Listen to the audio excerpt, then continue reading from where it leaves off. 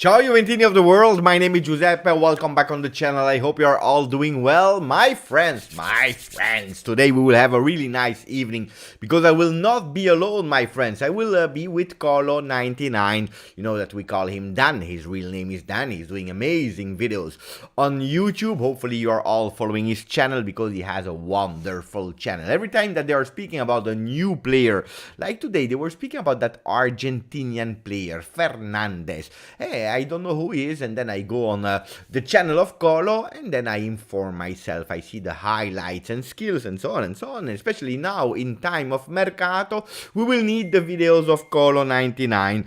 We have a Colo that just sent me a message, my friend. He's there. He told me, Beppe, I am coming, Beppe. Come to Besiktas, Dan.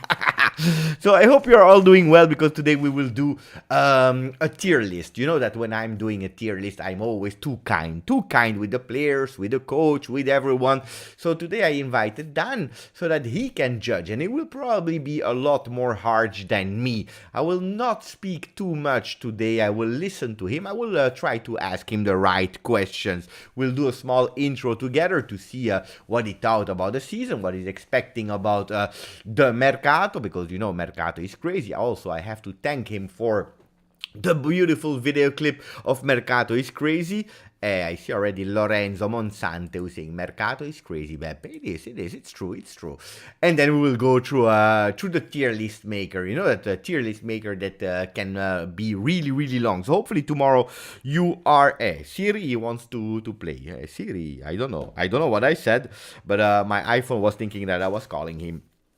So you know that tier list can be really long, so let's see how kind or harsh he will be with the players, my friend. We will not speak too much about Mercato, but we can, of course we can. So let me say hello to the people. I see that Dan already is joining and he's just coming from work, so let me say hello and then I will pop in Dan from COLO99. Stavros is there. Saif, he was a bit too early, by the way. Bogdan, David, Dominic, we have Julian Dos Santos, Marvin, Punsara, Marian, who's there as well. Come to Besiktas, Pepe. I will try. But now, with the new Mercato, I will stay with Juve, my friends.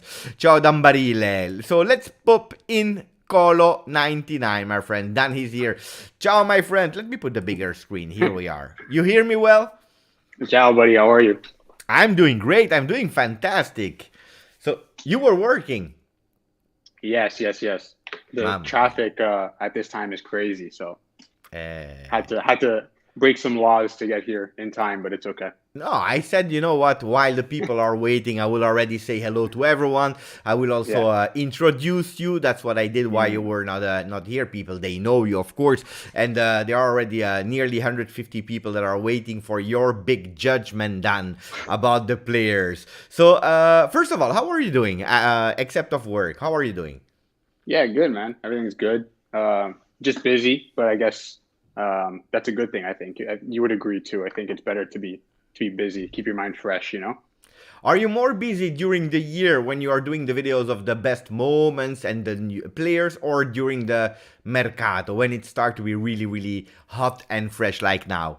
Yeah, the Mercato for sure. I think probably June to July are like the two craziest months because I waste so much time making videos for things that never happen.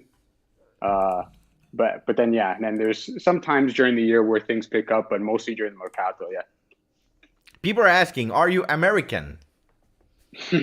Well, I live in Canada, so I'm Canadian, but my parents are both Italian. Yeah, see, we are all from the same thing. I'm Italian, but my parents came to Belgium. I'm born in Belgium, so we have the same culture. Nick is there. Everyone is saying ciao bello, ciao Dan, ciao Colo. So yes, that's COLO91, one of the videos. So you're doing well, more busy now during the Mercato. Okay, let's first, before doing the tier list, Dan. In a few words, how was the season? Your season? How do you experience it?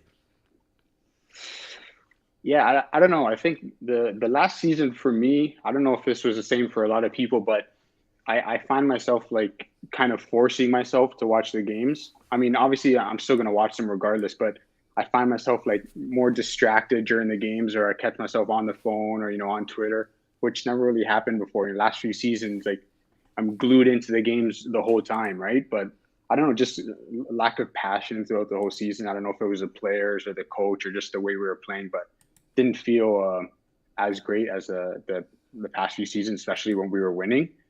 So I'm some part of me is actually kind of glad that it's done, but the excitement for the new season is already there for sure. You know that a lot of people were, a lot of YouTubers of Juve, when I watched, especially the Italian ones, they all had the same title. Finally, it's over. They were all saying the same thing. Finally, the season is over. What was the most painful for you?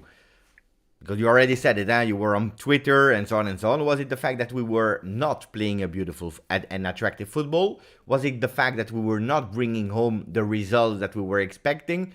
Or do you have another example what was for you the most annoying and painful? Yeah, there was the results for sure. I think we're used to, especially being Juve fans, where we've never played the best football in Europe. There's always been teams that have played faster, higher pace football, but we've always been able to sort of grind out, 1-0, 2-0 wins. So to see us now, drop points so easy, especially later on in the games, while we're playing bad, it was kind of just like a double-headed sword, where it was just a disaster on most parts. I agree. Yeah. I will not ask you too many questions about the players and the coach, because otherwise you will already spoil the tier list. I don't want you to spoil about individuals. That's why I'm going generic about the team. Yeah, of course. Okay, a few questions before going really into action. You made the video clip of Mercato is crazy. Thank you for that, because I was super happy. Thank you. I want honest opinion, because first you hear the song without editing, and then you're working on it and you hear it multiple times. When did you want to take your computer and say, "What a horrible song"? When was that moment? No, usually when I'm making videos, by the time I'm ready to save the video, I'm sick of the song because I hear it 20, 30 times. But I'm not sick of it. I was listening to it yesterday when I was driving home from work. It's so catchy. It's amazing. You did a really good job. That's the goal, because it's so easy actually that people on the channel as well, they are all telling me, "Beppe, when is the complete song on the channel?" So now they are happy, but they were all telling me, and they like the song. Of course it's kitschy and it's not the one that will hit all the charts, but I would be really happy if one DJ he hear the song, and during the summer after we sign Pogba, he starts playing it in disco. That would be really, really nice. Dan, speaking about Mercato, what's the one that you are expecting to sign the most fast? The first one that we will announce. Is there a name? That's the first question. Who is the one that you really want that Juventus sign? What's your dream signing for your summer? And then what kind of Mercato are you expecting? Okay. Well, I still think the first one, judging by what everybody's saying, will be Pogba still. Especially, keeping up with Romeo Agresti's updates and stuff like that. I was reading some hesitations on Di Maria, so I think maybe that one will take a bit longer, and then Pogba will be the first. Which, I mean, hopefully it is, because I put that video out last week. So if he doesn't come back, I'm going to look pretty stupid. But yeah, so definitely Pogba. My dream for this Mercato, but I don't really know if it will happen, would be to grab Anthony from Ajax, the winger. Just because, especially when I was making a video for him weeks ago, I said this guy's going to be massive, and he's already attracted so much interest, especially with Ten Hag going to United. So I know they're interested in him already, but I feel like him and Chiesa on the wings with Vlahovic in the middle would be almost unfair to everybody else. So that would be a dream. But in terms of what type of Mercato, I saw somebody post today the picture back from 2016, 2017, when Higuain, Dani Alves. Yeah. And I think that's kind of what Allegri is trying to pull off again, because at that time as well, the team needed massive changes, and I think the team needs those sort of changes right now. So I expect something similar, but I don't know if it'll be the same caliber of players, Dani Alves, Higuain, Benate, all those guys, but I think there'll be some like 5 or 6 changes, yeah. We will do a few changes. Do you think that because a lot of people are saying, or okay, Allegri is there for the first year. We are starting the rebuild of Juve. And it will be a year of assessment, but also to start putting the foundations for the next year. If we hear even Romeo Agresti saying that there will be 6, 7 players, and even without Agresti, if you are thinking logically, and you know all the players that we are not renewing, Paulo Dybala, Chiellini, Bernardeschi, Morata, you need a lot of players. So 6, 7 players are something realistic. So we are starting a new revolution. Yeah. Is it actually something good? Did we waste a year, or what's your opinion about that? I mean, I hope it's good because really it can't really get worse than what it was last year, right? So I mean, I don't think it always really can. Huh? We can go out of Champions. Okay, it can, but hopefully not, obviously. But I think Juve is in a position now where they have to make these changes, or else people are going to say, you had this season, how can you not act on it? How can you not look at the consequences? And it would honestly be more expensive for Juve, or it would be more of a loss to not sign any of these players, because it could be such a drastic season next season if they don't catch up or keep up with the other teams making big moves. All the people are putting their dreams meanwhile in the chat. There are Zaniolo, by the way. Zaniolo, great. It's a risk. We don't know. So the strategy of Juve, and then we will really start, because otherwise it will be like 3 a.m. in the morning when we start with the tier list. But the strategy of Juve, apparently, according to Giovanni Albanese and more people, we are going for the big names with maturity, with experience, instant players for the free market, like a Pogba, Di Maria, maybe 1 or 2 more. And we are giving them a backup with young players, maybe from under 23, like Mattias Soulé, like Fabio Miretti, maybe a Fagioli, and so on. And then when the market will be really open, when we fix that, we will finish and to close the gaps with players that are actually young and ready for the next step, like maybe an Udogie and so on. I can't reveal name at the moment because I don't know them, but this is a bit, the strategy. Does that make sense? Or are you also the one that complains, saying that Juventus is starting to be a retirement home with 34 years, Di Maria maybe, and it's already over, but there were the rumors about Perisic and so on? No, I think it's good, the sort of balance of experience and youth that they're trying to go for, because as much as everybody says, we have to play the young players, you can't really base your whole season on these guys because they're so unpredictable. They don't really have the experience. So I really like the idea of Di Maria and Soulé kind of sharing the position there, because he could sort of, learn from him. He has so much experience. And then when the time comes to ship Di Maria, whether it's just 1 year, 2 years, then Soulé is still young, but he has that the past 2 years of learning from him where he can sort of make that starting spot his own. So I agree with what they're doing. And I also agree that they should definitely get the big names out of the way in the beginning of the Mercato, because those kind of take the longest. Because I can imagine a move for Pogba definitely takes much longer than going for Molina from Udinese or something like that. So may as well just go for the guys that need the time and the attention to get the move done, and then, getting the final cherries after. Okay. You want to spoil us your next video or not yet? You want to keep it secret? Well, I mean, the Di Maria one's done. The Raspadori one's done, just in case. Milinkovic-Savic is like halfway done. I kind of stopped because the news kind of died off. So those 3 for sure, but I don't know if I'll be able to post all 3, because I don't think all 3 of them will happen. Especially, I don't think it'll be Pogba and Savic.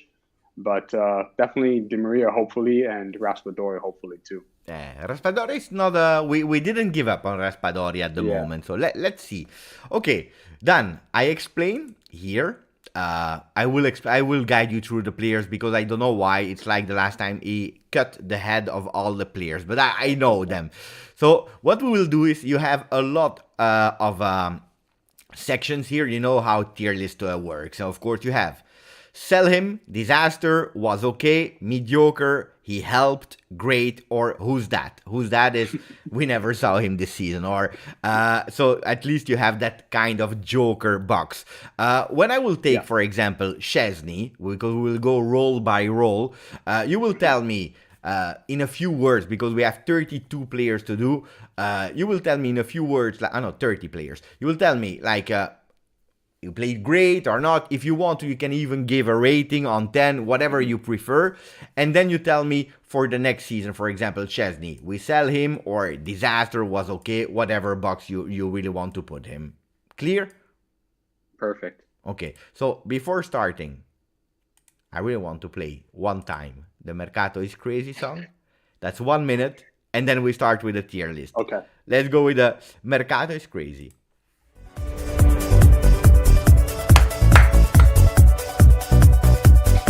Mercato is crazy. Ah, la la la la. Mercato is crazy. Ah, la la la la. Mercato is crazy tonight. Mercato is crazy tonight. Mercato is crazy tonight. La la la la. La la la la.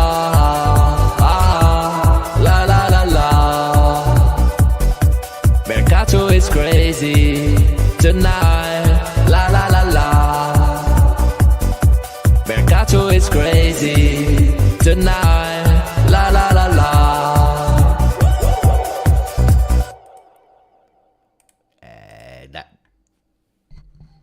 That's an amazing song. I love it. Beautiful. Okay. It never gets old. So no, you see, it will be spammed everywhere all summer long, especially after the first signing. We start. I see the people are on fire in the chat. So we want to start with Chesney. I will not even interrupt you. You are free to say whatever you want on this channel. No, you have to speak too. Obviously, people want to hear your opinion too. So I will. You start, Chesney. okay, Tech. Yeah, I don't know. I thought he was great all season, except the first 2 games where he made those mistakes. He saved us so many times, so many penalties, especially the game against Milan where he made a save right at the end. Great. He has to stay for sure. And we put him in great, or you say he helped because you were doubtful in the beginning? Let's put him in great. That's easy. That's an easy one. Huh? I totally agree with you. It could have collapsed totally. At the end, he saved not only himself, but also, I believe, the team of some points, some important points. Hey, we have BC Artex that just renewed his contract for the 7th consecutive month. Grande BC Artex, merci mon ami, merci. And he's saying Giuseppe is crazy, la la la. We continue with Perin. Where do you put Perin? Yeah, I'll put Perin in the he helped category. I think we're really lucky because Perin could be starting for so many Serie A teams, so to have him as a backup, I think it was a great move by Juve, especially to extend him too. So yeah, put him in he helped. Yeah, I agree. He played 12th game. He did his best. For me, disappointed a bit versus Inter in Supercoppa. It's true that there were 2 penalties and they were perfect. But it's good to have a goalkeeper like that in a backup. I'm happy. Would you put him first keeper or second goalkeeper and keep it as it is for next season? No, I would keep it, but it's good that sort of Perin pushes Tech a little bit because then, if he gets too complacent there as a starting goalie, you can start to make mistakes. So it's good when they kind of push each other to be at their best. And then you have wait. Here he is. And then you have Pinsoglio. Where do we put Pinsoglio? You have to put him in who's that, I guess. Oh, the guy, he played 45 minutes. 45 minutes per season. By the way, he did a double save that was amazing versus Fiorentina. I don't know if you were able to see the Fiorentina game. He did quite well, but there it stops. Pinsoglio. But it's nice. my dad always says about him. He said, "Why wouldn't he want to, leave and go play somewhere else?" But I say he has the perfect deal. He's on a good contract. He gets to train. He gets to stay fit for a living, and he gets to hang out with his friends and train all day. It's the perfect deal. But he comes from the youth team. He tried to go in lower teams to play as a first goalkeeper. He understood that he would probably never play Champions League. He said, you know what, I will go in my environment, in my city. He became best friends of Cristiano Ronaldo. And he's having nice life there. So we go with the players. Mattia De Sciglio. That's where we start with. Oh, mamma mia. Oh, boy. I would actually put him in the was okay category because if at the beginning of the season, he had a few games in a row where he was giving an assist to Kulusevski, an assist to Kean. So he actually helped got some points for us at the beginning when we really needed it. But towards the end of the season, I mean, so many terrible games. Julian is saying Pinsola needs a GOAT category. But we didn't create it today. And let us know your opinion as well in the chat, guys, if Dan is totally wrong or not. So was okay. Was okay is better than mediocre. I was wrong in my ranking. So was okay category for De Sciglio. He's waiting for his renewal. Quick question for you. What do you do with Pinsoglio? Renew or not, knowing that if he renews, he goes from 2.5 to 1.2. So it's a really drastic lowering of salary. Yeah, I mean, if he's willing to renew for lower and then stay as a third keeper, it's a no-brainer for both parties. I think they should definitely just keep him. So we keep him. Yeah. I agree with you. I hope not to see him too much as a starter, but I would keep him in the team. I have no problem. Okay. Yeah. Andiamo. Giorgio Chiellini. We will not, of course, sell him even if it's not there anymore. But where do we put him? Yeah, I think you can't really put him in great because he was out injured for a lot of games this season. So I would put him in the he helped category. But it was weird how Juve named him the MVP of the year a few days ago on Twitter. I guess it was just a symbolic thing because he was leaving, but he didn't even get one of the MVP of the months throughout the whole year. So to put him as the best player of the year was kind of weird. I saw some people commenting back that it was weird too, but I guess it was because he's Giorgio. It is weird because also some people went and did some research just, from the first month of Serie A until the end, he was never even one-time player of the month. So they were like, how is it possible that he is receiving player of the season? On the other hand, it's like more recognition, reward for his career and letting him go with player of the year. It's if you are a club and you can do kind of that beautiful human gesture, or you have to be a bit more objective and correct, what would you choose? That's tough. I mean, because really what I'm thinking, the only other option, I mean, to me at least, was Dybala. And then to have your player of the season possibly go to Inter looks super bad on the club. So I think they really had no choice but to give it to Chiellini. You think the MVP of the season was Dybala? Yeah. Mamma mia. I will do a poll for the people because I don't agree with that. MVP season, Dybala. Agree with Colo or kick him? Colo. Not Dybala, he's already out. Colo out. I will ask the people what they prefer. Or they agree with you, or they want to kick you out. Hey, if they kick you out, we finish the live, my friends. I love it, yeah. Matthijs de Ligt, that's the next one in line. Where do we put him? That's a good. I thought he was great. There were a few games where he wasn't that amazing, especially the Villarreal game. Like you said, I know we talked about this privately a few days ago. He can definitely do better, but I think this is probably his best season at Juve. So I thought he was great, and I like the talks about the renewal. So I'm hoping these stay. But I thought he was great, and we should definitely keep him if we could. No, Matthijs de Ligt was great. I gave him, when I rated, I gave it in three colors, and the red, the yellow, and the green. And it was a bit controversial because I gave him on his season, I gave him a yellow card.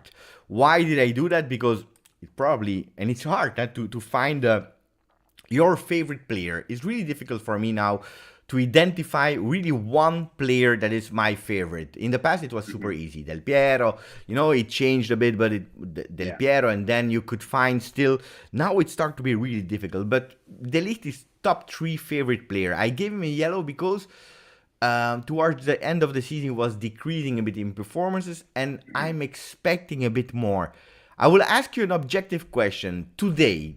Is Matthijs de Ligt for you a top 3 defender, and did he prove it? Because in potential, yes, but did he prove it already on the field to be a top 3 defender worldwide? I I think he is. I don't think he had the season of a top 3 defender. I think, there are players out there that have more informed seasons, so they're playing better. But I think if you look at all the defenders in the world, or in Europe at least, and you look at their potential and what they've done in the past, and especially taking into consideration their age, I think Juve definitely have top 3 or at least top 5 defender in the league. Yeah. People, and I will close the vote because 100 people voted already. They said kick him out. It's not Dybala, the MVP, so kick him out for Colo.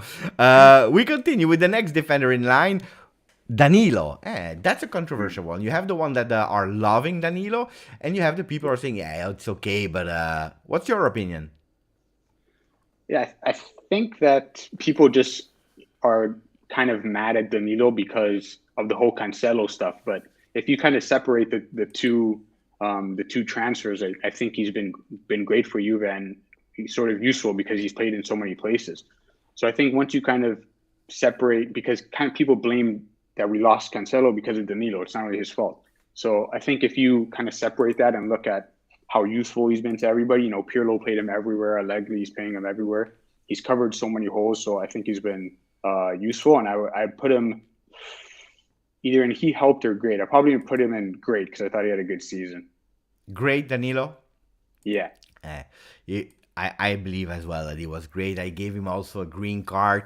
A bit injured. What I loved from him was the fact that suffering for the team, sacrificing himself for the team. Yeah.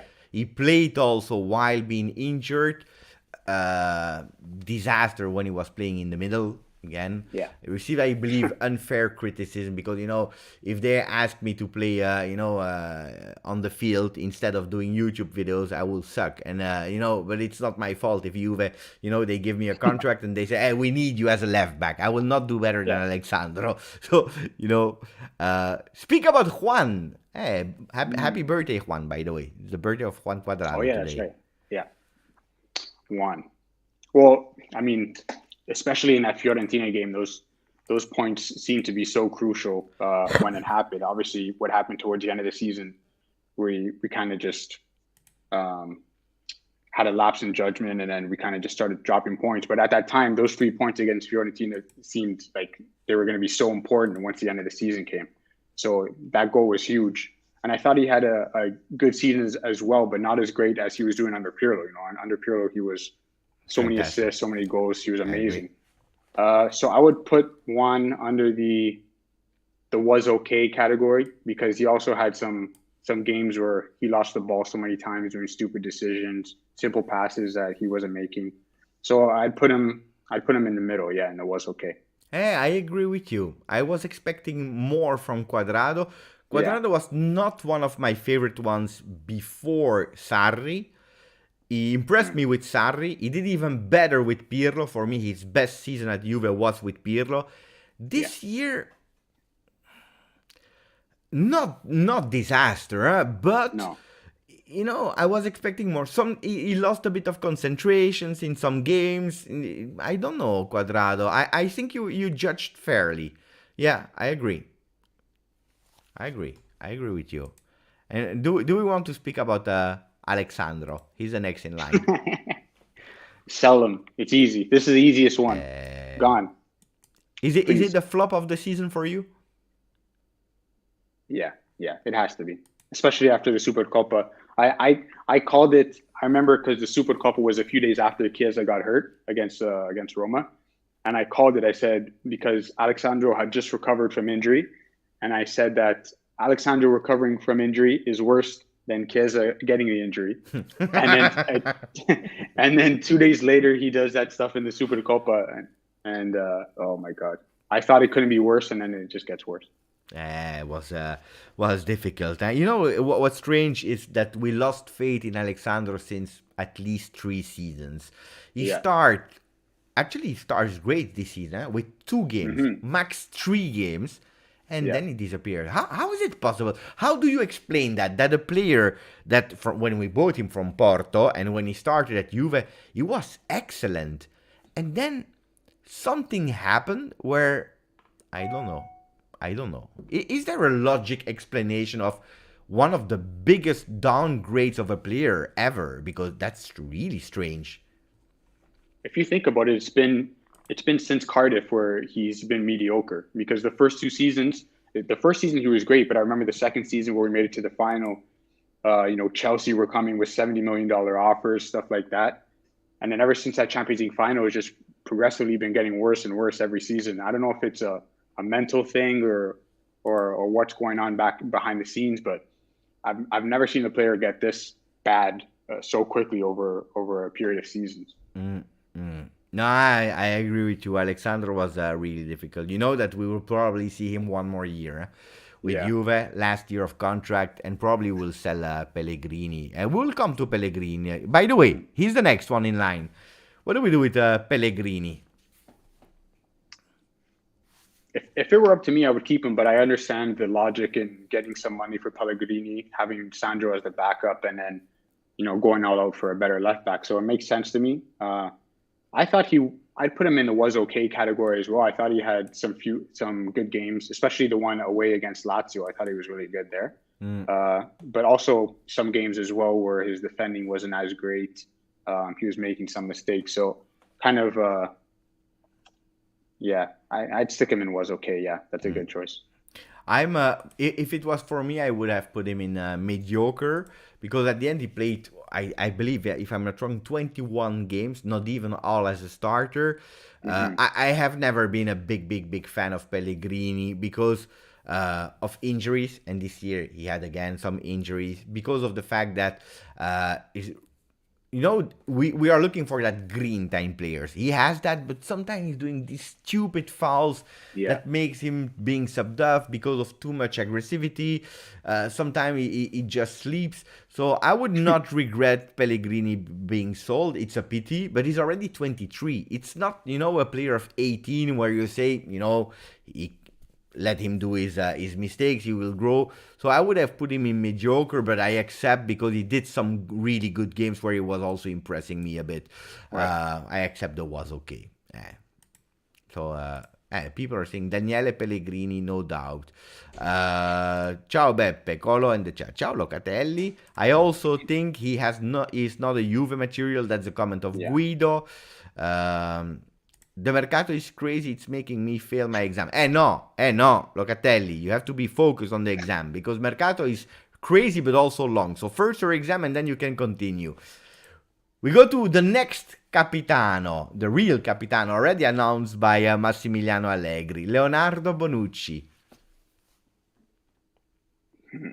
Yeah, see, it's sad now because especially with Chiellini gone and seeing Bonucci kind of fill that role, and you see the injuries kind of pick up. You hope that this is just like a one-off season where these injuries occurred. Hopefully it doesn't carry over into next season, but I thought Bonucci as well had some great games, especially in the group stages of the Champions League, but he also had some instances where he was just making silly mistakes as well. I don't know, lots of silly mistakes from our players last season, but I would put Bonucci in the was okay, or the he helped category, actually, because I thought he had some good games.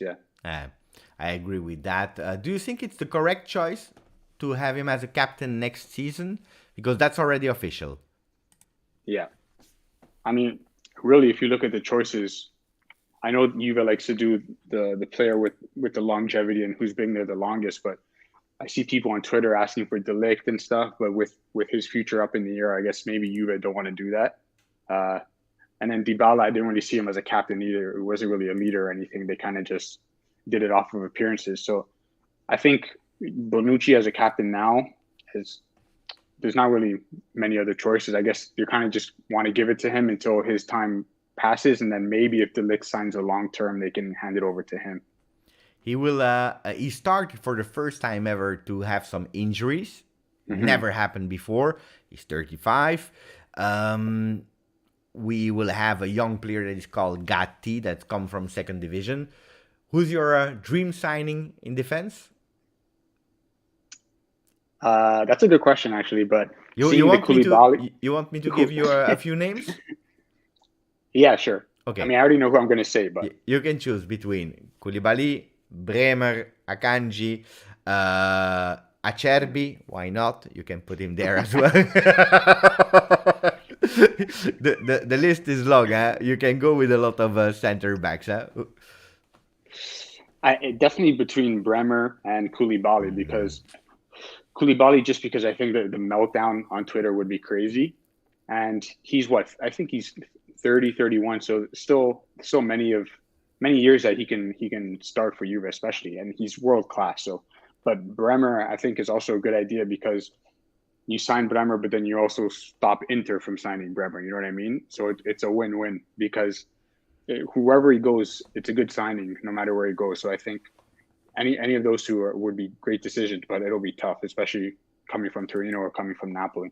I agree with you. These two are the favorite choices. Bremer, unfortunately, is that close to Inter, but they are not finalizing the deal. So who knows? Who knows? A last-minute save. But Cairo is doing difficult. Koulibaly, if we could go for Koulibaly, instant player next to De Ligt, mamma mia. That would be a really beautiful center back for the next 3-4 years. Koulibaly, De Ligt, mamma mia. I would love that. I would really love that. Rugani. Okay. This one's tough though because normally I'm pretty critical on Rugani, but I think when he had to step in this season, he did well actually. Especially some games where he was marking Vlahovic against Fiorentina. There, he was doing well. So I would actually put him in the was okay category, just based off his standards. Because unfortunately his standards are quite low. But when we needed to call him, I thought he did a pretty decent job for the most part. I was expecting you to be a lot more harsh on the players. You are quite kind at the moment, except of Alexandro. But if you would have put him, like one box here, it would not be fair. I think that Selim is the best category for Alexandro. But I agree totally with what you are saying with Rugani. I was never expecting to see him play 18 games. Impossible. In my thoughts, he's playing them, and he played them quite good, except of that big mistake. He did that penalty versus Villarreal. Can happen, bad luck. But except of that, it was good. It's surprising to say, but it was good. For a backup, I thought he did all right. So would you do the change, just the change Acerbi and Rugani, or not even? You keep Rugani on the bench? Yeah. I mean, what's the point, really? I don't know. I think you're better off just keeping Rugani, who's younger, if I'm pretty sure. And then I think Acerbi just wants to leave because his relationship with the Lazio fans has been broken ever since the Milan game, I think it was, right? So, I mean, they're better off just probably keeping Rugani. We go to the midfield. Okay. The number 5, Arthur. That's also a big controversial point. First of all, before telling me about his season, when we were linked to him when he was at Barcelona, when he arrived at Juve, what were your expectations of Arthur before speaking about today? You were a believer or you were already skeptical? I was more of a believer when we had Sadi because I thought he would fit the Sadi system more. It was obvious he was a Sadi signing, so it made a lot more sense back then. But seeing him now, saw him in the Pirlo system and now seeing him in the Allegri system, it just hasn't worked out. So there was some excitement when the news first came that they were having to swap with Pjanic, but unfortunately for him and for Juve, it hasn't really worked out for anybody. It's a pity, because that's another player I'm sure he will be swapped or sold or whatever, and he will do great. For sure. I'm sure he has that potential, but so where do you put him according to this season? I think I would put him. I'd put him the first one in the mediocre one, just because I don't really think he did much. Every time he played, he was sort of passing sideways, passing backwards. There were a few games where he was playing with Locatelli up, higher up the pitch, and he was doing well. But you can't really keep a player just off of a few good games in the season. So I think he was mediocre, and I think Juve have to do whatever they can to sort of use him in any swap deals or any money they can get for him. According to the rumors, he doesn't want to stay. The agent made it clear as well. We are trying to sell him because we know that we spend a lot of money on him, 80 million euro back then, in a swap with Pjanic. But anyway, these 80 millions goes off the books. So after his second season, we still need to pay him 40 million in the books. So we need a team that is able to take that. And Arsenal, they don't want to give us that money cash. So it will be probably a swap. We tried with Gabriel. Gabriel is happy there. He doesn't want to leave apparently. But there is an old player that was linked to Juve that is coming back again in terms of swap. And they are speaking about Thomas Partey. Would you say, okay, we do the swap Thomas Partey Arthur, or we try to sell him to another team? That's a good question actually. The only thing that worries me is I feel like Thomas and Zakaria are kind of similar players. They have that strength. They're good on the ball and they make a lot of forward runs, but they're also great at defending as well. So I don't know if Juve has plans to sort of maybe sell Zakaria for a plus Valenza because they got him so cheap. But I don't know. I would love to see Thomas at the team, but I think it's tough because I don't really know how many teams could really offer a big amount for Arthur. You know what I mean? Or how many teams are looking for a player like Arthur. Because we are looking for two midfielders anyway, especially if we are able to sell Rabiot, McKennie, who is the next in line, and so on and so on. So it's a difficult one. It's a real difficult one for Partey. I agree with you on that one. I remember I made a video about him in 2020, and I was looking a bit because he was linked to Juve. Good player, one that is able to defend, to go on contrast, a bit of Matuidi with some feet. But it's not a name that is exciting me today anymore, 2 days later, 2 years later. And then the big question, Weston McKennie. Yeah, you're from Canada, huh? No, I like McKennie a lot. I thought him and Locatelli were obviously our best midfielders of the season, but I think Juve are looking at McKennie as more of an opportunity than somebody who will be in the team for years. You know what I mean? If a good offer comes for him, from a Crystal Palace could offer 40 million for him, and Juve would do the change right away. So I think Juve are looking at McKennie more of like a bag of money rather than somebody to base their midfield around.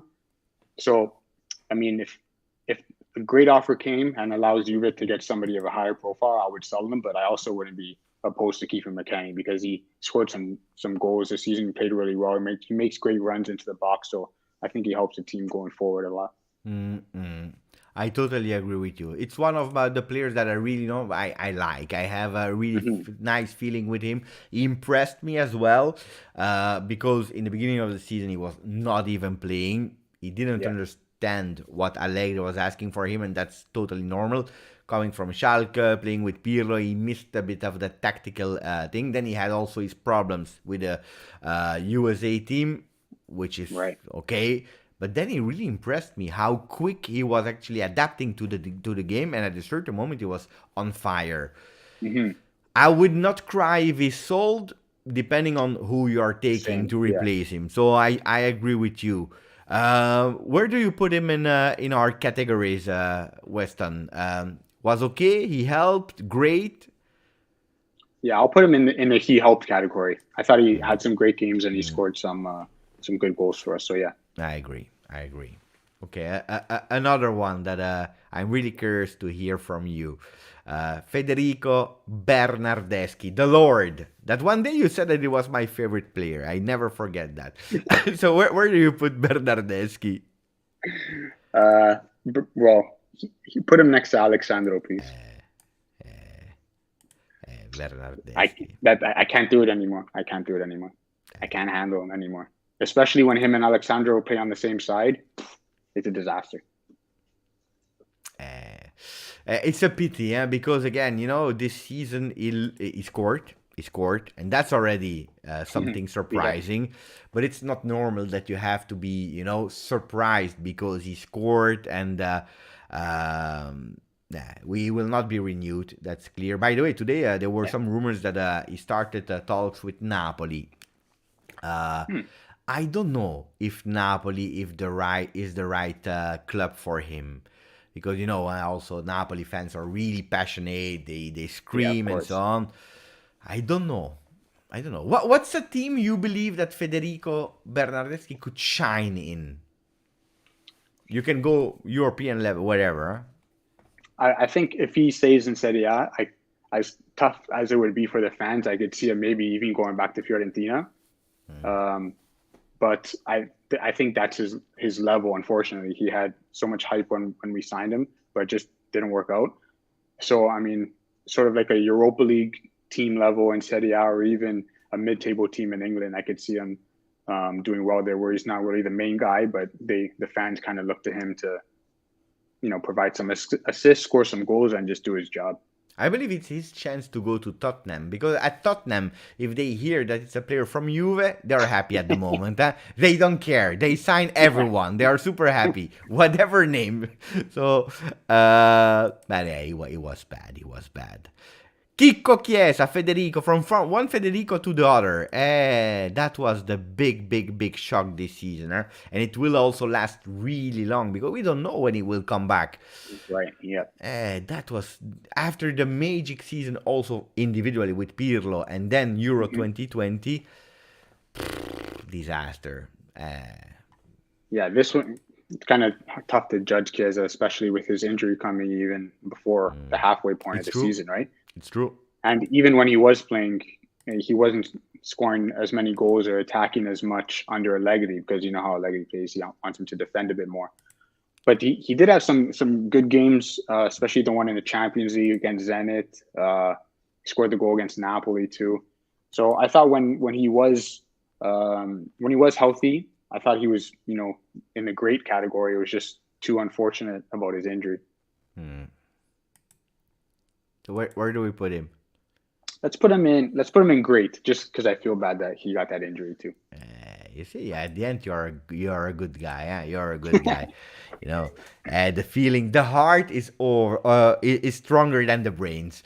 No, great, Federico Chiesa with the number 22. By the way, did you already thought about the next player on your Juve shirt? So if you have to buy one shirt of Juve, you already thought about the player? I do need a Chiesa shirt, but I'm also waiting to see what number they give Pogba if he comes back. Just because I think the Pogba 6 it looks so clean. So I'm waiting to see if they give him the 6 or the 10, or if he does something crazy. So are you a pro Chiesa 10 or against the number 10 for Chiesa? I would be happy with him having it. I don't know if it should be kind of rushed in next season. I kind of just think Juve is doing it to sort of push Chiesa as the next guy, but he's going to be here for a while, so there's kind of no rush on giving him the 10. Let him fill into the role, and then eventually when the time comes, they can give it to him. Adrien Rabiot. Okay, this is tough, because are you talking about September to February Rabiot or March to May Rabiot? You have to judge the complete Rabiot. And Rabiot, we know that an okay Rabiot is from April, May, but unfortunately the season starts in August, not in April. Yeah, I thought Rabiot was okay. He, like I said, in the March, April times, he had some great games. But I'm not going to fall for this a fourth time where we keep him again and then he has a terrible 8 months. I think we learned our lesson, hopefully, after these 3 years where it's not working out. And if the rumors are true about some interest from the English clubs, I think they should sell him and get whatever they can for him. I agree. I agree as well. It's a pity because, he said it last time as well. You can't judge me as a number 10. You have to judge me as a number 6 or number 8, a defensive midfielder that is playing with quantity more than quality. I'm happy, but then I need also to pay you as a quantity player and not a quality player. And that's the big misunderstanding, that is earning 7 million a year, and that's a stretch if you're looking that Vlahovic is taking 7.5. You know, so yeah, but if he was a player that would give me the quantity from August to the end of the year, I would have said, you know, I'm happy to keep him. Now I agree with you. It's not enough because then you will have again the disaster Rabiot, and also in his peak moments versus Villarreal, he sleeps together with De Ligt, and that's difficult. So we have a lot of work to do. Manuel Locatelli, pay attention, because Manuel Locatelli, wait, I will park it because I received a question from Mohammad Youssef, thank you my friend, who's saying, when Juve buy a player, do they check the personalities? Some players you can see they won't do well. Look at Bernardeschi and look at Vlahovic. It's correct, it's totally correct. Do you want to answer that one? Do you think they looking at the personality? I mean, yeah, I think they take it into consideration. I don't know if they base, the entire transfer offer, but they do look to see if that the player has, lo stile Juve that they always look for. But I think some players can sort of change over the years. And Bernardeschi, when they signed him, he looked like a nice kid with such potential. But then over the years, as things happen, like an attitude develops, or just because things aren't going their way, the mannerisms of the players change. So unfortunately, over time, players can change. But I think Juve do look at the personality when they're scouting these guys. Yeah. I like that question as well, just before continuing with Locatelli, because technology is helping a lot today. You are one of the people that are helping also, clubs, especially on first interest. Today, when you hear a new name, that you never heard before, what you do, you go on YouTube, you type in the name, and you see some highlights and skills. Of course, you will never buy a 40 million player just because you saw some YouTube and skills, but you have Opta, that is really great, doing super great resumes on players. You have YouTube, you have all these kind of things. But in the past, Modji is always explaining, he was explaining it last week as well. He said, for example, I was going really, and I was sending my people to speak with the families of the players before signing him, speaking with the entourage, listening how he is, to check that personality of the player and seeing if he was really able to play with Juve.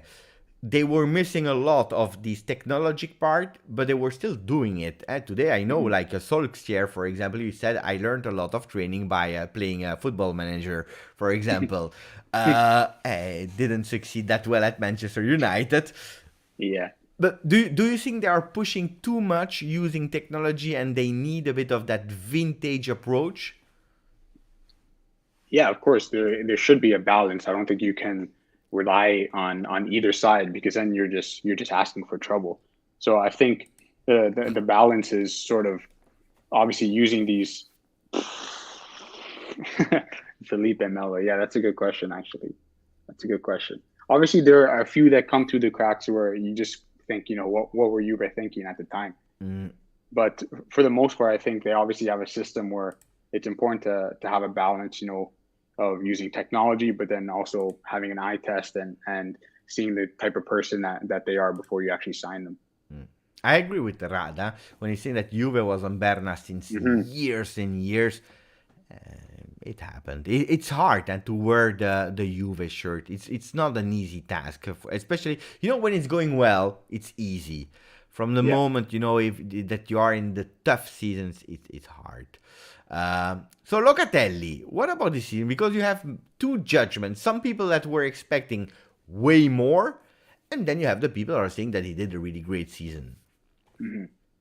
Yeah, I would put him in great as well, because my expectations, at least, I wasn't expecting 10, 15 goals from Locatelli. That's not the type of player that he is. I think we just kind of brought him in to sort of add some solidity to the midfield and sort of control everything, and I think that's exactly what he did. Especially when I was making his video, downloading clips for him were so easy, because so many great passes and so many great tackles or skills that he was doing.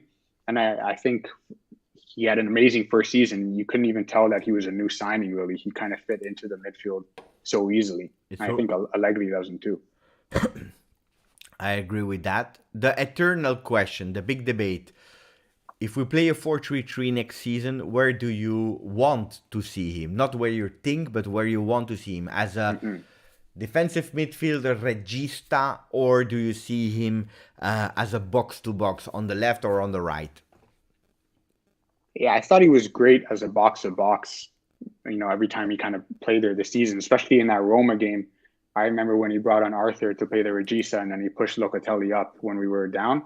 And then they scored 3 goals so quickly. So I think he makes some great runs into the box with McKennie too. But the only problem is now you have to look at somebody to fill the regista role, if it's a Jorginho or something. And I know a lot of people don't want him to come just for the price and the age and stuff. So I think Allegri will continue to use him as a regista. But you can also, I guess, put Miretti there too. And then if you have to, put Locatelli as a 6 or an 8 and just play box to box.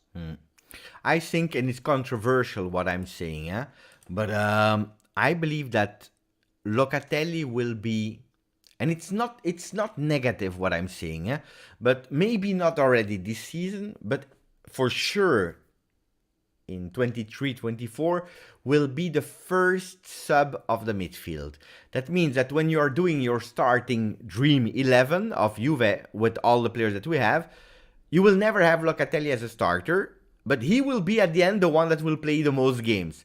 As a box-to-box on the left, on the right, but also as a regista.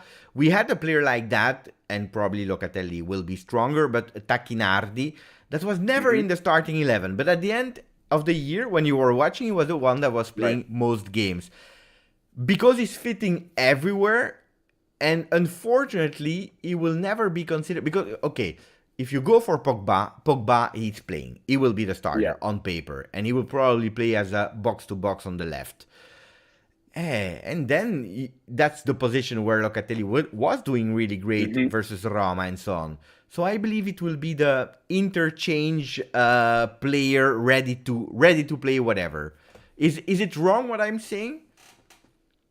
Or insulting for Locatelli? I guess no, not insulting, but I guess it depends on the signings of the Mercato as well, because if the caliber of the players brought in are, lower than Locatelli, I think he's obviously going to expect to start, and rightly so. But if for some reason that Milinkovic-Savic, Pogba, and Jorginho all happen to come in, then, I could see, Loca coming in as a first sub, or even starting half the games and Jorginho starting half the games. So, it makes sense what you're saying, but I can also see Locatelli starting most of them too if the signings aren't made. So, you're a pro Jorginho, I'm hearing, huh? I did like Jorginho, but ever since the qualifying campaign, he just sort of put a bad taste in my mouth. And not that I think that he's a bad player or an amazing player. I just think that he would fit in Allegri's system well. So if there's somebody out there that's even better than Jorginho, then that would fit better, then I'm all for it. But I think Allegri loves these type of players. So if he can get the most out of him and it works out, then sure. I'm anti Jorginho, but I believe as well that with Allegri would do really well. The only problem is that I'm hearing. Then I'm not the Sun here, so I'm not the Daily Mail or the Sun. I don't want to speak, like a people talk. But apparently he broke up with his wife, and since he's living a bit the vida loca, and that influences his game. So, that's why, if I'm already an anti-Jorginho, if on top of that they are telling me, that he's not living the pro life like he was doing before winning the Euro, then it starts to scare me a bit. And that's why I believe that Juve stepped back a bit on Jorginho. Okay, that makes sense then, yeah. Then I don't want to enter personal life, my friend, but just what I'm hearing, of course. Huh? Right. Zakaria, new signing. He starts, he scores, and then he's injured. A beautiful recap of Zakaria. Yeah, it's a shame, actually, because I felt that if he didn't get that injury, then he could have carried that form and that streak onto a few games. And it's always kind of tough to judge these guys that come in January because they obviously don't have the same amount of time, but you have to take into consideration moving to a new country for some cases and joining a new team. So I would actually put Zakaria in the he helped category because the first few games I thought he was great. I just thought the rest of the season he was just trying to catch up, getting back into form because of the injuries and stuff. Yeah. I agree. I bought his shirt because I have big hopes for him. He starts, he scores, so he's proving me right immediately, and I was super happy. And then that injury, and then it's true that since he came back, he never came really back as I was hoping at least. But anyway, these kind of players, for me, it's not something I'm sad about because we bought him for 5 million. Right. We try. He's doing well at the end of the year. Great. If not, we sell him for 10, 15, 20. He's a young player, and you are doing profit on a player that at least you tried. But I believe that he can do really, really great things at Juve. I'm still a believer. Maybe because I have, to have some return on investment on the shirt. Maybe. Right. And then you bought the Brazilian shirt, right? The fourth one. Okay. Yeah. With Zakaria. It's a beautiful one. Mamma mia. It's growing on me. Yeah, it is. Yeah, but you are always the same. You see a shirt you don't like, and then you tell me after 3 weeks, 4 weeks, it's growing on me. What about the new shirt? Wait, where is it? I do actually like the new one a lot. Even the all black away kit that I saw a few rumors that people were posting. So nice. So normally I'm pretty critical on Adidas, but their kits this year are really nice. Yeah, you see, I like that. I'm a big fan of shirts, huh? But I'm also I'm totally the opposite. When I see a shirt I love, and then I think, and then I reflect. Which was it? The one of 2021. So not this year, but the season before. I was totally sold on that, and now when I'm watching it and I have the authentic one, so it should be really a beautiful one, I don't like anymore. It's like a shirt I said, boo, I don't like. Maybe it depends on the type of season that we had too while we were wearing it. Something in your brain. Linking to town, it can be, because it was also a shit season. Mamma mia, last year. Who's that? Who's that? Alvarito Morata. Yes, I saw the news today about Arsenal, actually. I don't know how reliable that is, but I know that Arsenal, they really want him, and they tried everything to have him in January. Barcelona as well. Both of the clubs tried. He would love to go at Barcelona with Xavi because he knows that they believe in him. He didn't have a great time at Chelsea. But Arsenal, they will try. So... I would put Alvaro in the he helped, actually, because I thought for every great game that he had or every good game that he had where he scored for us, the next game he was missing easy chances. So I think the bad and the good kind of evened out throughout. He scored a decent amount of goals as well. Even last year for Pirlo, who had a great a number of goals and assists. So I think he's kind of underrated just because, people on Twitter are so used to Alvaro being bottling easy chances and stuff. But I would still put him in the he helped. I thought he had a decent season. I would have put him lower, but I understand. I would have put him at max. I would have put him in was okay. Yeah, that's fair too. Man. What would you do with Alvaro Morata knowing that no Dybala, no Bernardeschi, Federico Chiesa, big question mark when he will come in. Kaio Jorge, we don't even speak about him. So we'll actually be only with Vlahovic as a striker. 35 million, Atletico Madrid, they want to go low until 30 million, not lower than that. You think that Juve should go for him, for a player that in terms of personality, in terms of love towards the club, I believe it's a big example. Me too, yeah. But should we or pass it? I personally, I think that the best case would be to, if it's possible, to extend the loan for one more season. Pay the same loan amount. I don't know if it was 5 or 7 million, but 10. Just because 10, okay. 10 per year. just because there are some other areas that need more work on in the team. And with especially like you said, with Chiesa being so uncertain when he's going to come back, and then Di Maria possibly coming, maybe Raspadori, I think Vlahovic and Morata being the only certain things in the forward line, you kind of need some structure there. So if possible, sort of keep Morata for one more season and then address it next summer if we could. I'm more tending towards the Rob is coming, sell Morata, but not because of the man, because I really love him. I would not be. It's okay if we keep him. I'm okay with that. But I would first try to look for some alternatives. We go to the Serbian beast, Vlahovic. Yeah, what a signing. It still doesn't feel real to me, Beppe. Like I'll watch the game sometimes and I forget that we have him.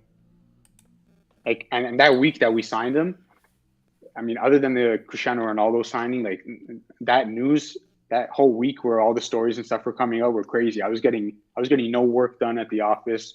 You're checking Twitter, checking Instagram, everything. So to me, it's still surreal. I still forget that we signed him. But I thought he was great all season, especially coming into a new team. I'm just hoping that he's able to find that goal scoring form that he had at Fiorentina, because I feel like it's tough under Allegri to kind of have these bomber strikers where they get 25, 30 goals a season. I agree with you, because it's not. We will talk about Allegri soon. It's soon his turn, but it's true that in Allegri's idea and vision, he doesn't care about having, that kind of striker that goes for 40 goals of season. Yeah. For him, he's part of the team. He needs to help the team, scoring as well, of course. But it's true that it's hard to be the top scorer of Serie A with Allegri is something really, really tough. So where do we put him, Dusan? I would put him in the great category. I think he did really well, especially coming into a new team. He had a great partnership with Dybala there too. So I would definitely put him in great. What Thomas is saying as well is correct. I know if Atletico Madrid, then that means that Atletico Madrid first need to renew him and then loan him up. It's disaster. Hard. Yeah, it would be the best solution, but it's hard. Bogdan is saying, I say Morata helped as he could. We should have keep him instead of Ken. That was the question I would ask Colo in two players, because first we have to speak about another one, the Argentinian one. And I know that will hurt for Colo in a second. Let's speak about him now. Paulo Dybala. It's still a touchy subject, Pepe. I know. That's why I'm asking you. I don't know. When was it? Last Monday when the game was going on. Luckily, I was at work or at the gym. I kind of just stayed away from it, but it was tough seeing all those pictures on Twitter of him crying, because I get people on Twitter saying, we went through Del Piero leaving, or we went through Platini and Zidane and stuff leaving, but I guess somebody my age, I'm 28 right now, so Dybala being there for 7 years, he's kind of like in my prime of watching Juve, so he's been there for so long, so it's tough to see him go. But then like we said, I've seen Del Piero leave, Buffon, Marquisio, so it's obviously not the biggest loss, but it's more of just like understanding that it's a new era of Juve coming. You say goodbye to your young 20s, at times kind of over, and then you look into a new time. No, but I understand, and that's why I'm not angry with people that are, loving Dybala, or they start to be a bit irrational when judging the situation, because I have been there as well. Okay, Del Piero, I start loving him since I was 12, I believe, in 93. So, I grew up with Del Piero that came and he left in 2011, that's 11 years ago, I was 30, 32, something like that. So I never had the player that came when I was 21. But it's true that when you are 20, 15, whatever, and you have that player for so long at your club, it's difficult, because at the end it's your heart. For example, Pogba. If you're speaking about Pogba today, I have been crying for him for 6 years, since the day that he left. But if I speak with my brains and I say, okay, in 6 years, what did he did with Manchester United? Not that great, except of these flashes of season, but injury prone, difficult relationship with high salary and so on and so on. And at the time, he was playing as with Pirlo, Vidal, Marquisio, and he was the player that should not care about the midfield. He was doing his job, and he was doing it really great. Now we need to have a Pogba that will be the leader. Is he able to do that leader role? I don't know.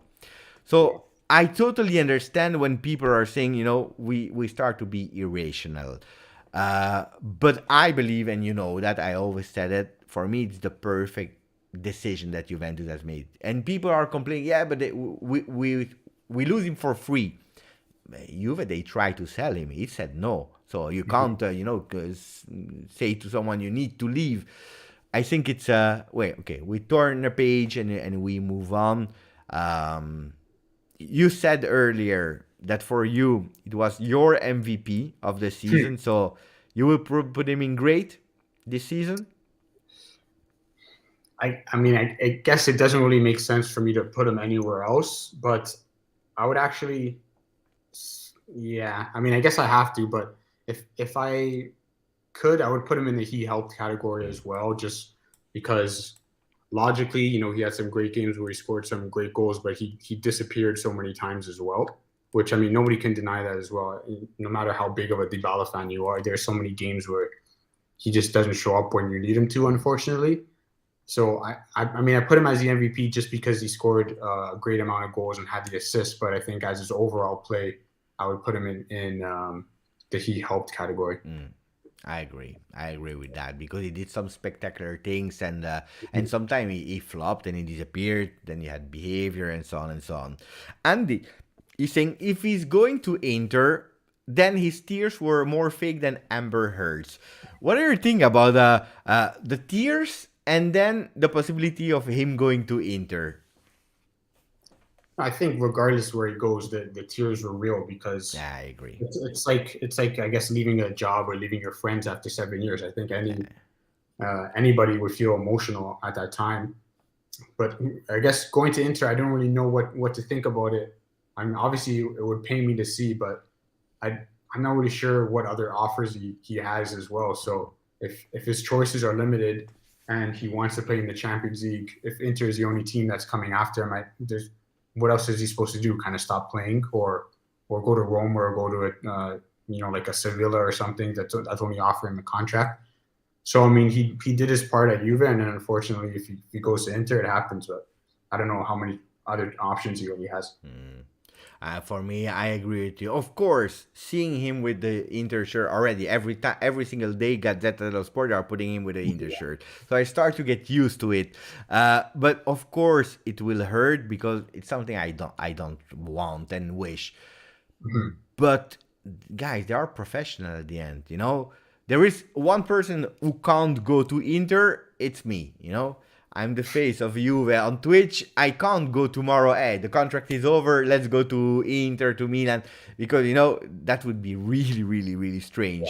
You can't be, as a supporter, you can't change teams. Some people do, but, it's inked. It's like that. You're the face and you can't change. But professional players at the end, as you said, he can't just go to Spezia because he doesn't want to hurt Juve. He needs to think about him. So we have to move on. And the tears, I was in the stadium. They were real. For sure. I was there. I was emotional for Chiellini first, but I was also emotional for Dybala. At a certain point, it was really strange, because, of course, I was in the second level. And you see quite good, but you don't see every single facial expression. But at a certain moment, you see him, sad, and they are showing on the big screen a close-up, and you see he's totally destroyed. That like that new TikTok and Instagram filter when they are showing. It was the same, and you see that, and it hurts. It really hurts. Let's go, because we have how many? 4, and then we have the Youngster where we will go a bit quicker, but we have 8 in total. Moise Kean. Gone. Yeah. Finito. some people were arguing because I have two questions for for Moise. First of all, who was the biggest flop between Alexandro and Moise Kean? That's the first question. I would say Moise because there was probably a higher expectation on him. I think based off the last few seasons, nobody really expected anything from Alexandro. I will put him here then. Here. First Beautiful. one. That was my first. And then, well, I think it's logic because if you are describing in your reaction, but if you have to keep one between Morata and Kean, who would it be? Yeah, Morata for sure. I mean, obviously Kean because he's Italian, he's youngster. He's younger. There's a benefit there, but when you look at both of them on the pitch, there's such a difference. I think Morata can get the goals, can get the assists. I think Kean, based off that Genoa game alone, should be finished. So many chances that anybody else on the field, I think, would have scored. So I think he's just ready for something new, a new challenge. He's not really happy here. Yeah, I had a lot of expectations. I was about to buy his shirt this season, and at the end, I had that, I said, no, I will not buy it. And I have to say, luckily, because that was for me my biggest disappointment. Unfortunately, I was expecting not 30 goals, Of course, a bit. This player, because that's a new, I didn't check, so maybe it's totally fake what Tiziano is writing, but I believe Tiziano. Let's say that Fabiana Della Valle from Gazzetta dello Sport, she was the one that anticipated Vlahovic, that it's correct. Serious about Muriel for backing up Dusan. Your thoughts about Muriel? Yeah, I was going to actually talk to you about this because I was going to ask you about the Vlahovic backup because especially if Morata leaves, Dusan can't play every game. But with regards to Muriel, I don't know. I have a soft spot for him. I don't know if I told you the story, but he drove me and the IFTV guys back to his hotel. Yeah. Me too. I was saying it's your fault because you hype the people too much. Oh God. But yeah, Muriel back when he was at Sampdoria, he actually drove me and Marco and Michael back to our hotels. He was such a nice guy. He was answering all our questions and stuff. So I do have a soft spot for him. I mean, it would be great to see him at Juve, just obviously as a backup, because I think that needs to be addressed as well, especially if Morata leaves. We're left with Dusan. You can have Chiesa, Raspadori, maybe Di Maria, but you need a striker there, somebody to occupy space in the box. So as a cheap option, where Juve can focus most of their money on, the midfielder and left back, I think it's not a bad idea. I'm asking the chat to vote for Muriel, yes or no, as a Dusan backup, and we are not speaking about the starter. Of course. So what I know about Muriel is that, first of all, my personal opinion, every season when I start a fantasy league, it's one of the 15 players I take. Easy. Every single time, because you know that he will bring you a lot of points. That is starting on the bench or starter every time. Muriel, from what I know about Mercato, is that he wants to take his last chance to try something big, like Juve, for example, playing Champions League, being and with a bit more chances of Atalanta. Not that Juve will go and compete for winning it, but at least a bigger club than Atalanta. He wants to do that because he knows that he can bring something. He's not the starter. He accepted it already at Atalanta, so it's not one that will create some troubles, but he said, I want to take my chance there, Juve or another big club, and he loves Italy. He loves the country. He knows the country, speaks the language, and so on. So I would welcome him super, super hard. The only problem I have is that I'm scared personally that if you're playing a 4-3-3 and you sub him instead of Dusan, for part of the game, why not? But if he's not there, can he really play as Dusan? Because they are totally two different players. You know what I mean? I'm scared that having him as the sub of Dusan, that means that every time that Dusan will be on, I don't know, resting or maybe injured or whatever, you have to change the way you play. That's my only question mark. Okay, so you would rather go for somebody closer to Dusan's style so that you can play the exact same no matter... Because that's what happened this season, for example. Dybala was out and you had to change the game. McKennie was out, you had to change the game. The way we played, because we played then 4-2-3-1, 4-4-2, 4 whatever.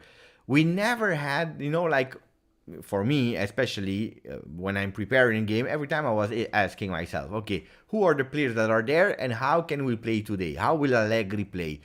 It was hard, based on injuries, based on availabilities. I think that we should go for one, and of course you can change during the game, adapting to the other ones, of course. That would be my only point that I would say no for Muriel. For all the other ones, I would say sign him tomorrow, if not today. Yeah, no, I agree with you too. I just don't know. I haven't really seen us linked to anybody that can sort of fill that Vlahovic role if he has to get swapped. I saw the Arnautovic links from Bologna. Obviously, we would look for, or we would hope for, somebody of a higher caliber. But I get what you're saying. Somebody that can occupy space in the box like that. Yeah. So, but again, if you bring me Muriel, we find a spot for him, because he's the one that offers you a lot. I have a question. That should be an easy one and a fast one. Kaio Jorge. Who's that? It's true. It's sad, honestly. I feel bad for him. And then what happened a few days ago? I saw some more reports of another injury to his other knee or something like that. I don't know. I know that he had the most crazy injury for a football player, 1 year, even longer than Chiesa. But another injury, I don't know. Maybe I missed it, huh? Regardless, it's a shame, especially getting that injury when you're so young, because it stays with you throughout your whole career, and then after as well. So. And you know what? Because I saw it live, huh? It was that as he was not playing with the first team, he injured himself with under 23, and nobody touched him. It was alone. Huh? Poor guy. It's poor guy. Marlake? Yeah, I mean, I think you have to put him in the who's that category as well. Not because he was terrible, just because there wasn't really much chances or many opportunities for him to play. People are just suggesting Balotelli. Hey, by the way, congratulations. 1 million view on the Balotelli video. Huh? Crazy. Beppe, I don't know how YouTube works anymore. It's crazy. Sorry. I disappeared a bit. No, crazy, huh? How many? 42 seconds video, something like that. 30 seconds, yeah. Incredible. 1 million view. 1 million view. It's incredible. Is that your most viewed video? No. You did in the past some, huh? Yeah, actually, my most viewed one is a basketball one for Kobe Bryant. Yeah. I remember. You said it last time as well. One of really emotional, beautiful video, that one. Thank you. But the Balotelli was crazy. More than 1 million view. I tried with the Del Piero, but I don't know why he changed he made it in a short. I don't know why. YouTube is crazy, because I said no, I don't want to upload it as a short. I want to do it as a video. Whatever. And now we have Mr. Allegri. That's a tough one, huh? Yeah. No, it's not a tough one. Some people, they have so people are saying for Muriel, yes, with 79% as Dusan backup. 21% are saying no. So interesting. What do we do with Mr. Allegri? I mean, for us, it's tough to make our decisions, because you know he's going to stay next year, obviously. But I thought there were so many games where he easily could have. He just went for that second goal and avoided any craziness towards the end, especially against the lower teams, when we had the quality and the talent to sort of go for a second goal when we could, but instead sitting back and just inviting all that pressure and giving us UFM so many unnecessary heart attacks and stuff like that. So I thought it was a pretty poor season, to be honest, from the coach. It's true. I said it multiple times. At the time before YouTube, I have never been a personality, starting mid-season with hashtag out and so on. I believe, especially in a club like Juve, we are not Genoa or whatever, that will change three coaches in a season. I believe that you have to, as a Juve club, you start the season with a coach, you finish the season. At the end of the season, you have a meeting and you decide what to do. Juve has to be harsh, of course, because we are Juventus. We have some expectations, and you have to go for it. And that's what we did with Sarri. That's what we did with Pirlo. But at the time, I said, okay, I believe that the time of Allegri is over at Juve. Or you have to change all the team and giving him, a new. But otherwise, it's over. He went away, and I was not a pro Allegri back immediately. I would have loved to see him back. Why not? But in a few years, not now,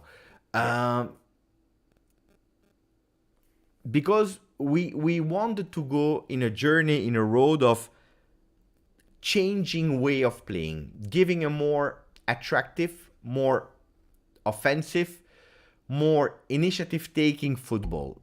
The idea was there. We tried with Sarri, we tried with Pirlo, and we went back, for me, a bit too fast to Allegri. And Allegri has always been backed up with the results. If on top of that the results aren't there, that means that it's hard. But from the moment that Allegri is there, I defend not everything he's doing, but I understand what he's doing. The only thing that I blame him this season for, or the biggest thing is that indeed one of his skills are that he knows how the other one will play, and he's able to adapt and to block everything that the other opposition will do. But you can't do only that versus Venezia, versus Chelsea, versus Manchester United or City, and versus Bologna or Salernitana. At a certain moment, even if the team is not that great, your resources are not that great, you should find a way where you say, okay, there are some teams where Juventus should do Juventus, and not just block and we will score at a certain moment. That has pained me, hurt me a lot at a certain moment. That's the biggest thing. If there is one thing I should say, blame Allegri's, there were not even one game where you said, we are trying to be Juventus. That needs to change next year. I feel like great coaches, like, they know how to adapt to different teams and different situations. And I felt like Allegri's first stint here, he was doing that. Especially, there's so many times where he would do great substitutions and then they would change the game. But I feel like this season he kind of just played the exact same, no matter the quality of the opposition.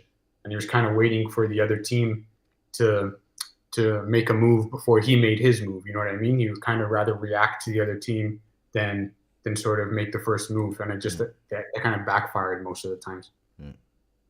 On the other hand, I'm a bit like Visit, not because otherwise you can say the same with Pirlo and with Sarri, wait next season. But I believe that it's still a coach that showed something and that had also a really difficult season. I'm not like to take the excuse, but injuries, also probably a team that was, I always describe it like a beautiful puzzle, but you have some of the pieces that are from a total different puzzle. Right. That's how I describe it, and then it's difficult to finish the puzzle. So I believe that now we went on the road of revolutionizing the team with a bit more, these kind of players. Because on the other hand, if you are looking at the expected goals at Juve, and you have a Moise Kean that is not able to put the ball in the goal, a Morata that at a certain moment he didn't remember that he was a striker anymore, then you can blame Allegri how you want. But if people are not able to do a pass in the feet, and that was one of the worst stats that we had this season, was the pass accuracy. You can play about playing style, but pass accuracy is the players on the field. So I believe that next season we can see something totally different. Not Liverpool style, of course, but something better. So where do you put him? I'd Sell him, this is- disaster, mediocre. I would put him in the mediocre category. Yeah. I gave him a red card last time when I was judging because it was not enough. It was not That's enough. fair though, I think. The best COLO99 video was Beautiful Football 2016. If you haven't seen it, go and watch after the stream. Grande Colo. That's the message of Ryan. I had a question from Marco who was telling me who would you prefer, Muriel or Morata, based on what I was explaining. But no. I go for Muriel. I have a soft spot for Muriel. Just one thing that I would be a bit scared of. But at the other hand, I really like Morata. Allegri deserved a pass this year only due to the injuries. And then we have a comment from Mohammad Youssef, thank you my friend, who's saying Allegri true judgment is next year or next season. His issue, he want player to adapt to him, then him adapting to players. Can only survive with experienced player. It's a part of a reasoning. A lot of people are saying that also Allegri is not one that will transform a team, but it's a really great people manager and someone who knows that, okay, I have my team and I trust them and I let them go and I will actually manage, in the game with the subs, with the things, but otherwise I will not train them that much. So that's what maybe Juventus is trying to do. Give him ready-to-play players like a Di Maria, like a Pogba, and these kind of profiles. So yeah, I don't think they were ever going to give Allegri one season. I think the second season is going to be the key, and then they can reassess, whether he has a great season or if he has another one like this one, they'll decide after. But I don't think they ever plan on just giving him 12 months because he's a coach that needs time.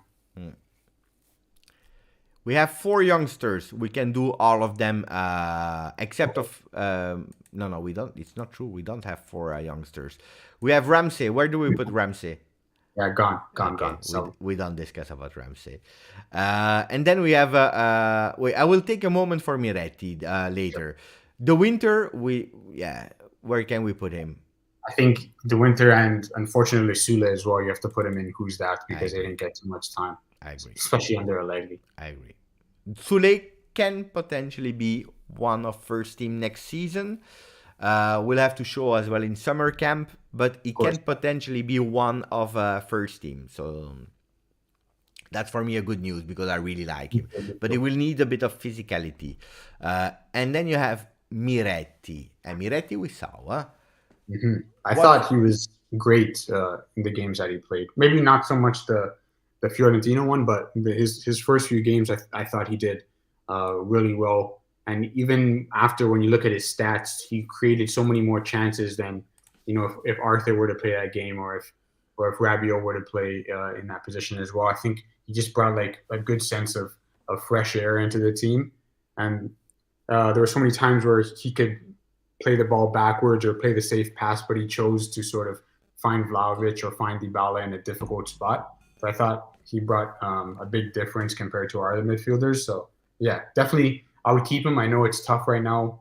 They're looking at Ravella or for Jolie what to do with everybody. But I think it's also a good problem to have because you have so many choices. It's better than having no options, right? So I think they'll end up keeping Miretti and then probably one of the other 2 youngsters as well if they don't find like a suitable transfer. I agree. I saw him live. I'm super honored. It's a great player. He's really a great player. Okay, the first one versus Venezia, he smashed everything. It was perfect. Then Lazio. Then he had, I believe, Genoa, but the team was not playing well. He started as a box-to-box, what is not his position because he's a real regista. But he played well, according to me, versus Lazio. I saw him live, and I can tell you, until Juventus was playing, he was doing great. Fiorentina, we forget. But I will not only judge him on the 3-4 games he played with the first team, but also with his under-23 and also the under-19 youth league with the UEFA Youth League, where you saw that he was from another level. He's, according to me, he's ready to be in the rotation, not as a starter, but in the rotation. Vision, he has the shot, He can open play. He knows already without watching and in one touch and being precise. Yeah, exactly. He impressed me a Not lot. taking so many touches, right? He kind of just knows what to do right away. Yeah. Right away. So, yeah. And also the calmness and maturity. Yeah. That was really impressive. Ma grande Miretti. So we put him in great. I will go with you through all the names quickly, just to show you, and you tell me if you confirm or not. So, who's that? You said Pinsoglio, Kaio Jorge, Ake, De Winter, and Sule. Yeah, that's good. Sell him. So that means that these were the real 4 worst of Juve this season as well. You said Moise Kean, Alexandro, Bernardeschi, and Ramsey. Fair, yeah. Nobody in disaster. Okay. Maybe we'll change that. Who knows? Pay attention, because I have to admit that if you are looking at what I'm doing here, there is only one great. And then you have a lot of negative ones. So it makes sense that you have, it's not that they are all great here. Huh? Right. So just wait, maybe to give a better picture, I should even do like that. Yeah, I think that's better. Mediocre, Arthur and Allegri. Yeah. Was okay, De Sciglio, Quadrado, Pellegrini, Rogani, and Rabiot. Okay, I would actually put De Sciglio in the mediocre category. I think that's better. He helped Perin, Chiellini, Bonucci, McKennie, Zakaria, Morata, and Dybala. The Dybala one is so tough. Okay, just move Dybala down to great. Just for the last one. Yeah. There you go. You see, actually, you remember I asked you, what would you do if it was your company and you had to give the award of the best player? Would you go with human feeling or being fair? And actually, you are using the human feeling as well, like Juventus did with Chiellini at the end. Huh? Yeah, so then it's okay. Yeah. You're doing the same. Great, Szczesny, De Ligt, Danilo, Chiesa, Locatelli, Vlahovic, Dybala, Miretti. I'm okay with that. Debating whether Danilo should go to the he helped category or great, but I thought he had some really good games, and then the rest of the games he was just good. I can't really remember a game where he played terribly. So let's leave it how it is. We leave it like this? Yeah. I'll take a picture of that. Then I will send you so that you can you have a souvenir. Let me ask the people. So wait, Colos tier list. 100%. I'm sure I'm gonna get destroyed in the comments for something. 75%. 50%. Wait, 50%, or between 25. Nobody can say that you were 0% wrong, and 49%. So let me check if people are agreeing with you. You have only 4 choices on YouTube. So the poll is on, my friends. You can vote about the tier list from Colo. I have to admit that, for me, I would have put personally, Morata a bit downer, was okay. Dybala, he helped. Chiesa is difficult because at the end, more or less we are there. More or less we are there. It's just like 1 or 2 players, and not even like 5 rankings difference. Colo accuracy is 89%. That's about Bogdan. 89%. That's what he's saying. Too many great players in a season like this. Yeah, but don't forget that we're seeing great, not compared to the rest of the teams, but I guess great if you're kind of ranking our players. Obviously, these players weren't better than, Milan's or Inter's midfielders. But if you're kind of grouping them in Juve, yeah. But I guess you can't. They wouldn't be great if you're ranking it as a league. I guess just in our team for the season. Rob is saying, crazy how we are saying, great for Szczesny. We have to pick up Tech's mentality after the first game. It's true, huh? You joined a bit later, Rob, but that's exactly what Dan was explaining. And it's crazy to say how he started and actually finishing here. It's it's true. It's totally correct. It's strange that you are seeing, no, strange. It's actually totally clear. Huh? We see that we have problems with our fullbacks. Because you see, Alexandro is in sell him. Then you have De Sciglio here, and in Was Okay you have Pellegrini. You see, and Quadrado even this season. So our fullbacks are really something that we have to change. You spoke about your dream center back. What about our fullbacks? Who is the name on your list? I like both of Udinese's right now. I know there were some rumors that they had already been in talks with Udogi's agent, and I saw even a post from years ago where Juve were looking at him when he was at Verona. Blano. 99. Okay, so these aren't that bad actually. I thought they would be worse. No, at the moment, look, I'm looking at the ratings or at the poll. 23% of the people said 100%. Totally agree with you. 61% of the people said 75, so they are more or less agreeing with you. 15% said 50, and only 2% said that you understand nothing about football. But it's only 2%, so it's fine. It's fine. That's all right. It's okay. Oh, okay. No, I think it's a beautiful picture. You did well. Did you had some fun, Colo? Oh. Pepe, of course. It's always fun to come on here. You know what is impressing me? It's your because at the end you're working on so many videos about so many teams. This year I tried to keep up a bit with other teams, other leagues, also because I was watching, of course, Serie A. But this year I tried even a bit more of Serie A, even games that I didn't care. But I also tried to open my mind to La Liga, to Premier League. It's hard to watch, to keep up to date, and I'm impressed because I know how long making videos takes in your day, in your week, in your month.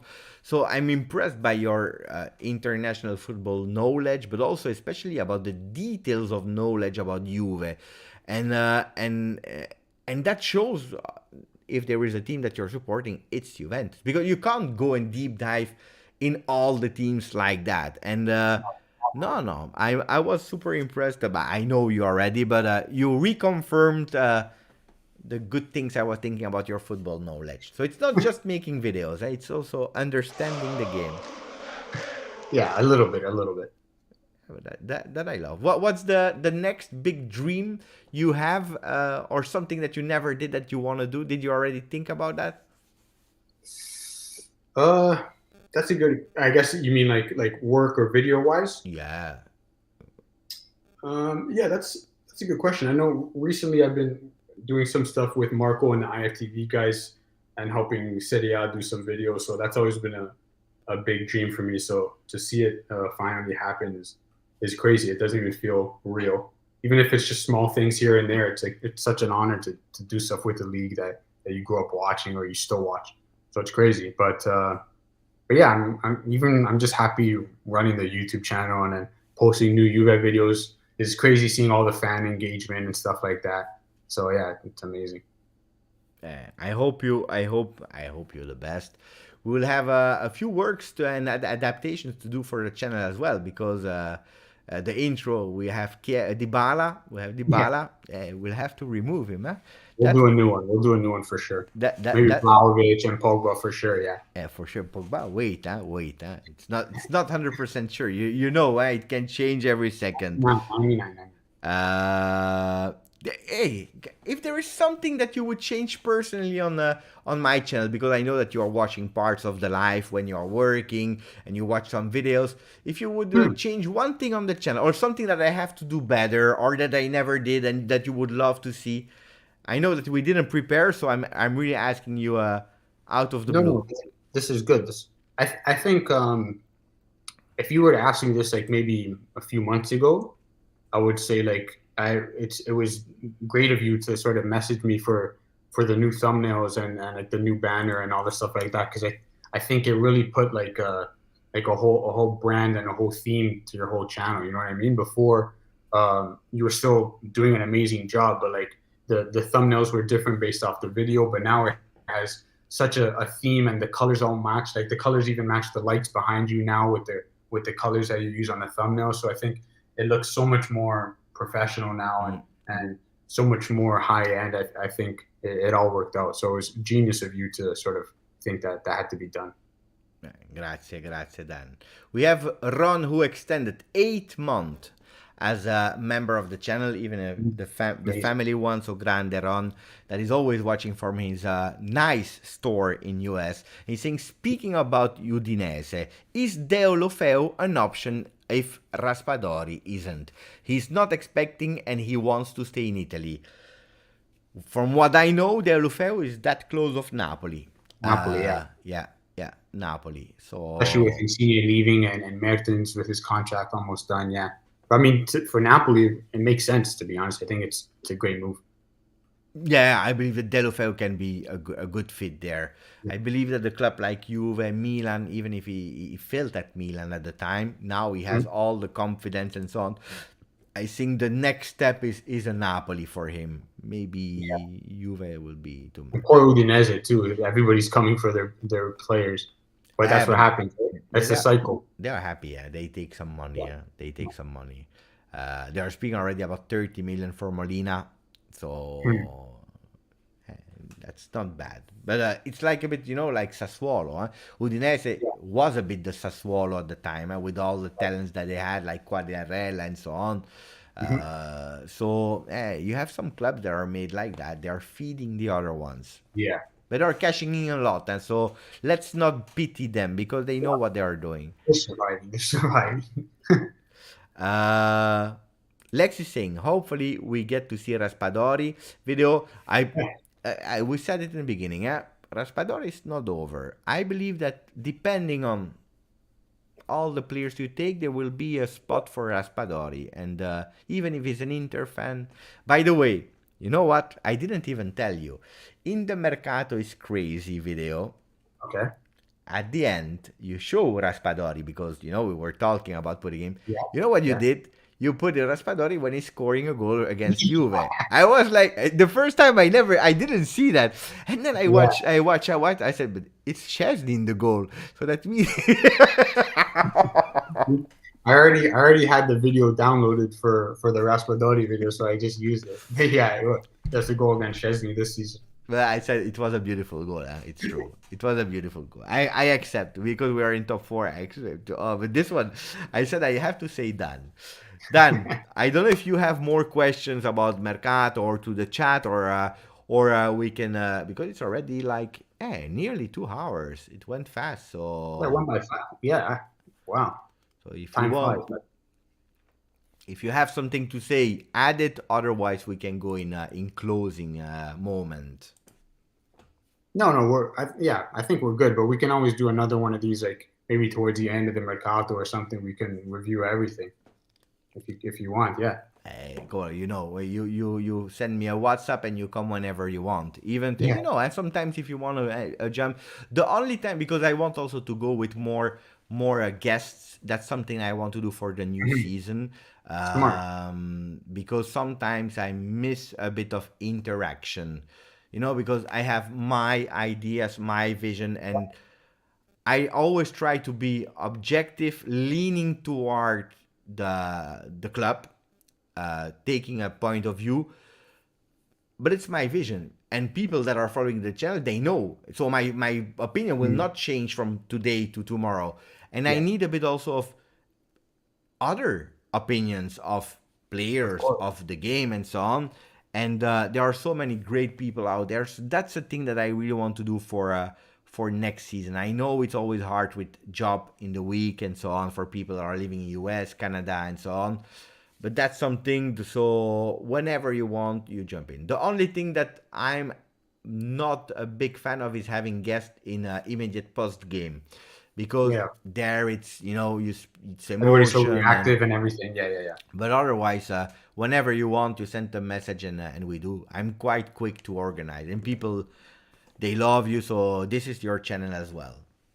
Thanks, guys. Yeah, of course, we'll set it up again. Dan, it was fantastic. I tell you, 1 hour 50. I didn't even. I was thinking it was just like 30 minutes. It was amazing. I had really nice time. Thank you to you, but also thank you to all the people in the chat. Lex, Home of Juve, McKenny is there as well. Mohamed Zbini, Saif, Noah is there. Massimo Lesti, Jan van Engeland, Youssef, Margot, all the people in the chat. Thank you again, Ron, for extending the membership. Sisman, Gravush, Bogdan, to everyone, grazie and forza Juve. Ciao, guys.